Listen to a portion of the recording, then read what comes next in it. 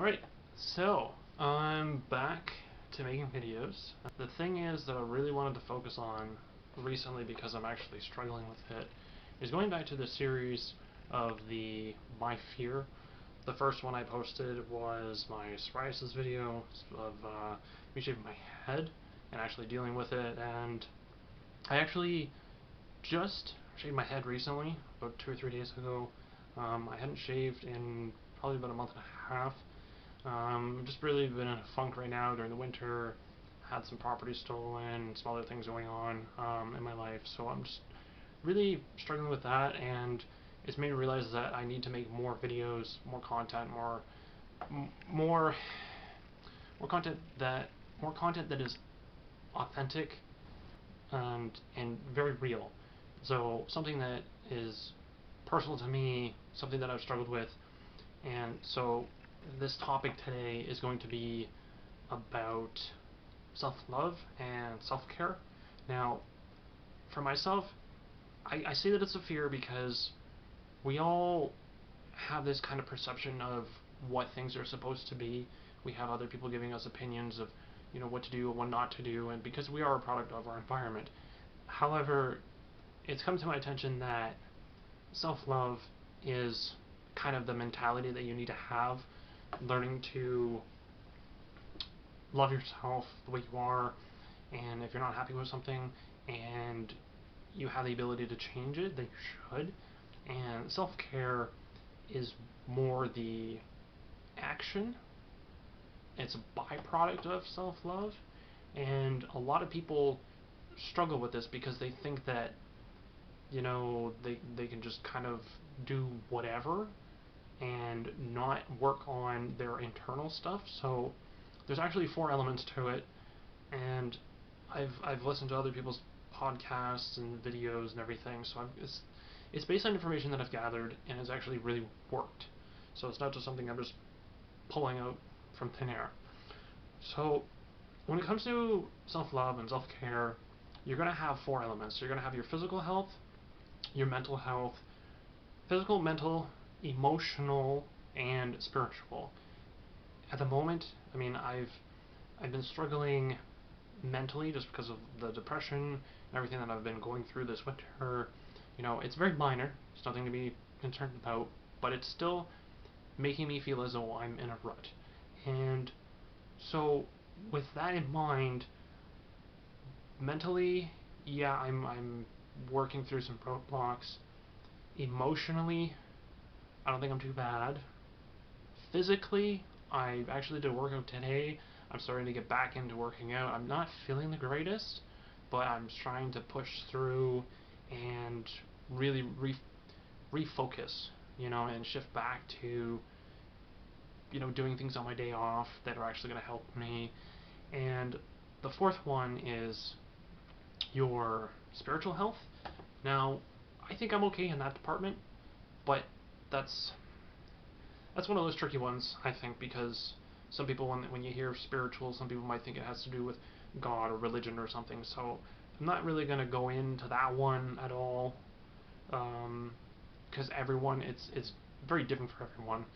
But you have to figure out, for you personally, how to balance all 4 of those healths, right? So mental, physical, emotional, and spiritual.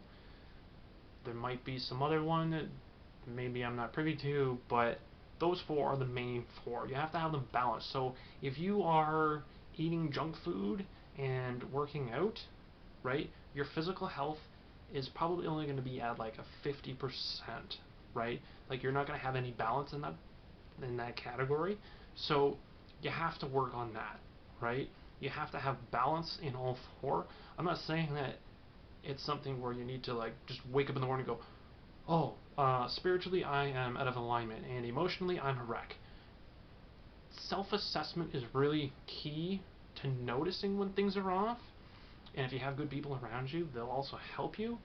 But it's something that you need to actually work on yourself. It's not something where someone can give you a manual, or you can watch a YouTube video and it immediately clicks. It's not like a how-to step-by-step process, right?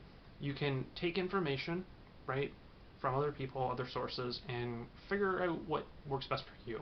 So for myself, some of the things are just really simple, and so self-love and self-care, again, self-love, it's a mentality. You have to have it right up in here to work on the rest of your body, because if you are not mentally prepared to actually tackle the emotional portion and the physical portion and the spiritual portion, ultimately you're going to struggle, and it's not going to be easy in the beginning. It's something you have to work at, and that mentality is really, really important. And there's a lot of concepts. I'm going to make more videos.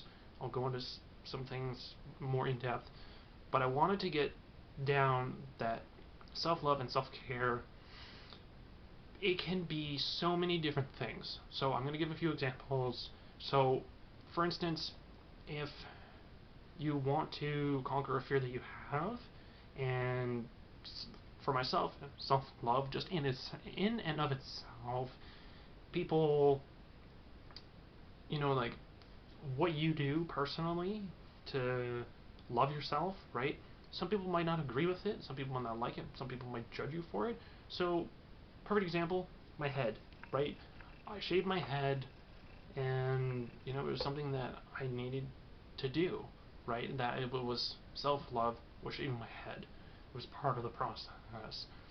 Self-love can be getting piercings. It can be getting tattoos. I only have one, but you know, piercings, tattoos, getting a haircut, or shaving off all your hair, buying new clothing.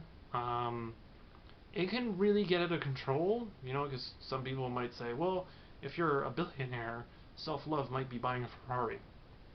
And yes, understandably, that is the case for some people. Other people, it might be something as simple as working out. I just had a shower, so my mustache isn't done. That's self-care as well, right? That's part of loving yourself, is showering daily, brushing your teeth, eating properly, working out, all of these things, right? And so piercings and tattoos, that can actually be a thing that helps you with your self-confidence, right? For some people, they might feel more confident wearing certain clothes or whatever, right? And so whatever works for you, do it, right? So those are just a few examples. And one of the things that I really wanted to mention is that if you're struggling with the whole self-care and self-confidence, I'm kind of mixing self-confidence in with this one at the moment. Um, Basically, I guess it was 2 years, 2 years ago now, 2 summers ago, I was struggling with my self-confidence, right? I wasn't feeling very sexy, let's say, and so I went onto a website that is catered to, well, it's catered to gay men, and so I went on there because I thought, well, these guys are super confident, and they're basically promoting feeling sexy. So I went on there and I asked a female friend at the time, and I said, "What do you think of this? Like, is this something that I should actually do, or is it mainly for gay men?" And she said, "Well, what are you looking at?" So I showed her the swimsuit that I was looking at, and I was going to use it to play volleyball in. I was actually playing beach volleyball at the time, and she just said yes, very much yes. And so I thought, okay, so as long as it's not pink, I'm doing alright. So I did that. I got my confidence back that summer, and it it has been a struggle, a bit of a roller coaster, kind of up and down, and feeling confident. And again, it has to do with accepting who you are and what's going on with your body and everything else. So for me, it was shaving my head, putting on some sexy booty shorts or something, right? So it's a lot of different things. And again, it's that time for me to really look at what's holding me back, I'm like I said, I'm dealing with a lot of stuff right now, and self-love and self-care are really, really crucial right now for me, and a lot of people who are struggling with it. I want you guys to know that you're not the only people who are struggling with this. You're not the only one, and there's a lot of us struggling. And if we don't make videos like this one, or blog about it, or vlog, whatever, right? Like all these forms of communication help us educate one another and support one another.